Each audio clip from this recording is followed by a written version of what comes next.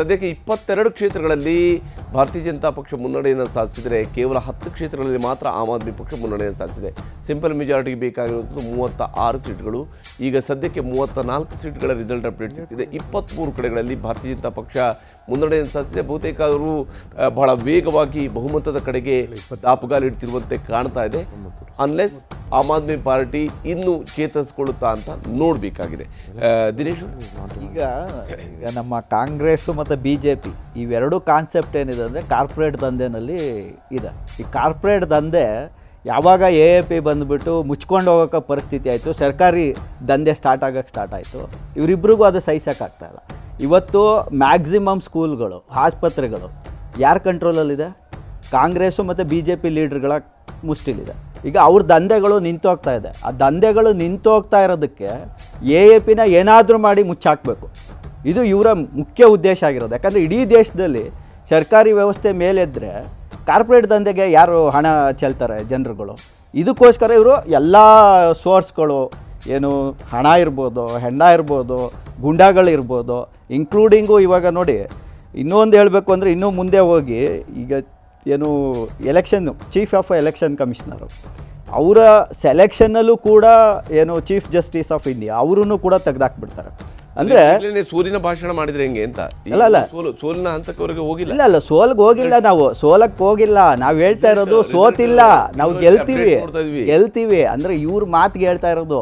ಈಗ ಸೂರ್ಯ ಮುಕುಂದರಾಜ್ ಅವ್ರು ಏನು ಹೇಳಿದ್ರು, ಈಗ ನಾವು ಇಂಡಿ ಮೈತ್ರಿ ಒಕ್ಕೂಟಕ್ಕೆ ಎಷ್ಟು ಈಗ ಮಹಾರಾಷ್ಟ್ರದಲ್ಲಿ ನಾವು ಕ್ಯಾಂಡಿಡೇಟ್ಸೇ ಆಗಲಿಲ್ಲ, ಈ ಕರ್ನಾಟಕದಲ್ಲೂ ಕೂಡ ಕ್ಯಾಂಡಿಡೇಟ್ಸ್ ಆಗಲಿಲ್ಲ ಈ ಏನು ವಿಧಾನಸಭಾ ಎಲೆಕ್ಷನ್ಗಳಲ್ಲಿ. ಯಾಕಂದರೆ ನಮ್ಮ ಕಾನ್ಸೆಪ್ಟ್ ಇದ್ದಿದ್ದು ಒಂದು ಹಂತ. ಈಗ ಇವರು ಕೂಡ ಕಾಂಗ್ರೆಸ್ ಅವರು ಕೂಡ ಆ ಪರಿಸ್ಥಿತಿ ಬರ್ಬೋದಿತ್ತು. ಡೆಲ್ಲಿಲಿ ನಾವು ಕ್ಯಾಂಡಿಡೇಟ್ಸೇ ಹಾಕಲ್ಲ, ನೀವು ಮೆಜಾರಿಟಿ ಇದ್ದೀರಾ, ಗೆಲ್ರಿ ಅನ್ನೋ ಒಂದು ಮಾತು ಬರ್ಬೋದಿತ್ತು.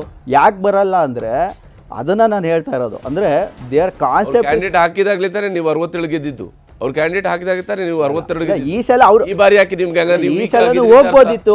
ಆಮ್ ಆದ್ಮಿ ಪಕ್ಷ ವೀಕ್ ಆಗಿದೆ.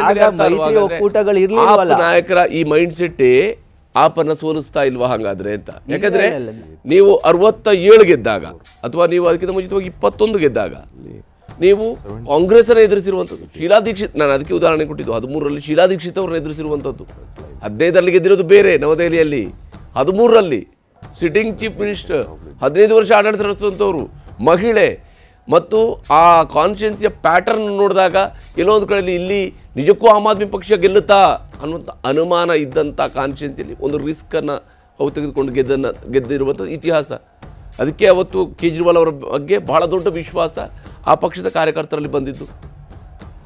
ಅದಕ್ಕಾಗಿ 15ರಲ್ಲಿ 67 ಸೀಟ್ಗಳಲ್ಲಿ ಗೆದ್ದಿದ್ದು. ಈಗ ಯಾಕೆ ಕಾಂಗ್ರೆಸ್ ಅವರು ನಮಗೆ ಬಿಟ್ಟುಕೊಡ್ಬೇಕಾಗಿತ್ತು, ಸೊ ನಾವು ಅವ್ರ ಮಾತಿಗೆ ನಾನು ಹೇಳಿದ್ದು. ನಾನು ಏನಕ್ಕೆ ಹೇಳಿದೆ ಅಂದ್ರೆ ನಿಮಗೆ ಮಾತ್ರ ಅಲ್ಲ, ನಿಮ್ಮ ನಾಯಕರುಗಳಿಗೆ ಇದು ದೆಹಲಿಯಲ್ಲಿ ಬಂದಿದೆ. ಇದು ಈ ಚರ್ಚೆಯನ್ನು ದೆಹಲಿಯಲ್ಲಿ ಮಾಡಿದ್ದಾರೆ ನಿಮ್ಮ ನಾಯಕರುಗಳು. ಯಾಕೆ ಮಾಡ್ತಾ ಇದ್ದಾರೆ, ಯಾಕೆ ಮಾಡ್ತಿದ್ದಾರೆ ಹಾಗಾದರೆ? ಅಂದರೆ ನೀವು ಎಲೆಕ್ಷನ್ಗೆ ಮೊದಲೇ ನಮ್ಮೆಲ್ಲ ವೀಕ್ ಆಗಿದ್ದೀವಿ ಅಂತೇಳಿ ಒಪ್ಕೊಂಡಿದ್ದೀರಾ? ವೀಕ್ ಆಗಿಲ್ಲ ಸರ್. ಏನಂದರೆ ಈಗ ನಾಯಕರುಗಳನ್ನ ತೊಗೊಂಡೋಗಿ ಫೇಕ್ ಕೇಸ್ಗಳನ್ನ ಹಾಕಿ ಜೈಲಲ್ಲಿಟ್ಟು ಅವ್ರ ಮೇಲೆಲ್ಲ PMLA ಆ್ಯಕ್ಟ್ಗಳು ಹಾಕಿ ಅವ್ರಿಗೆ ಬೇಲ್ ಕೊಡದೆ ಸಾಕಷ್ಟು ತೊಂದರೆ ಕೊಟ್ಟಿದ್ದಾರೆ. ಯಾಕಂದರೆ ಕೋವಿಡ್ ಒಂದು 2 ವರ್ಷ ಸತತವಾಗಿ ಇದಾಯಿತು. ಅದಾದ ನಂತರ ತೊಗೊಂಡೋಗಿ 1 ವರ್ಷ 2 ವರ್ಷ ಎಲ್ಲ ನಾಯಕರುಗಳಿಗೆ ಹಿಂಸೆ ಕೊಡ್ತಾರೆ. ಸೊ ಆಟೋಮೆಟಿಕಲಿ ಇವ್ರು ಏನು ಮಾಡಿದ್ರು, ಟೋಟಲ್ ಪಕ್ಷನ ಡಿಸ್ಟರ್ಬ್ ಮಾಡಬೇಕು. ಪಕ್ಷ ಕಟ್ಟುವಾಗ ಏನು ಇಂಡಿಯಾ ಎಗೇನ್ಸ್ಟ್ ಕರಪ್ಷನ್ ಅಂತ ಇದ್ದಂತ ಹೌದು. ಇವತ್ತು ನಾವು ಅದಕ್ಕೆ ಬದ್ಧರಾಗಿದ್ದೀವಿ. ಇವತ್ತು ನಾವು ಬದ್ಧರಾಗಿದ್ದೀವಿ.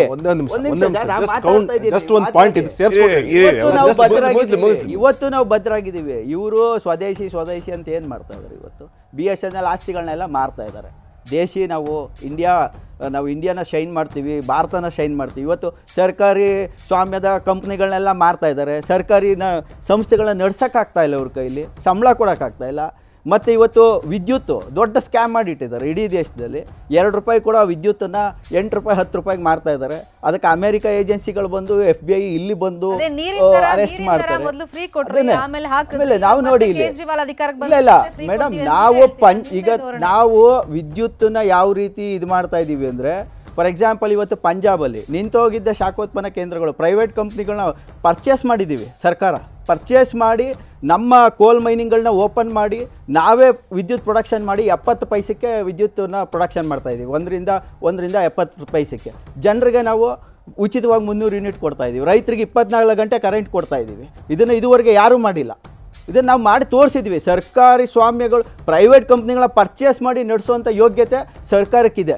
ಇವತ್ತು ಸರ್ಕಾರ ಏನು ಮಾಡ್ತಾ ಇದೆ, ಸರ್ಕಾರಿ ಕಂಪ್ನಿಗಳನ್ನ 6 ಕಾಸು 3 ಕಾಸಿಗೆ ಮಾರ್ತಾ ಇದ್ದಾವೆ. ಇವತ್ತು BSNL ಪರಿಸ್ಥಿತಿ ಏನಾಗಿದೆ, ಇವತ್ತು BSNL ಸತ್ತೋಗಿದೆ. ಇವತ್ತು ಹಂಗಾರೆ BSNLನ ನಡೆಸ್ತಾರೆ ಅವ್ರು ಯಾರು? ಪ್ರಧಾನಮಂತ್ರಿಗಳು ತಾನೇ.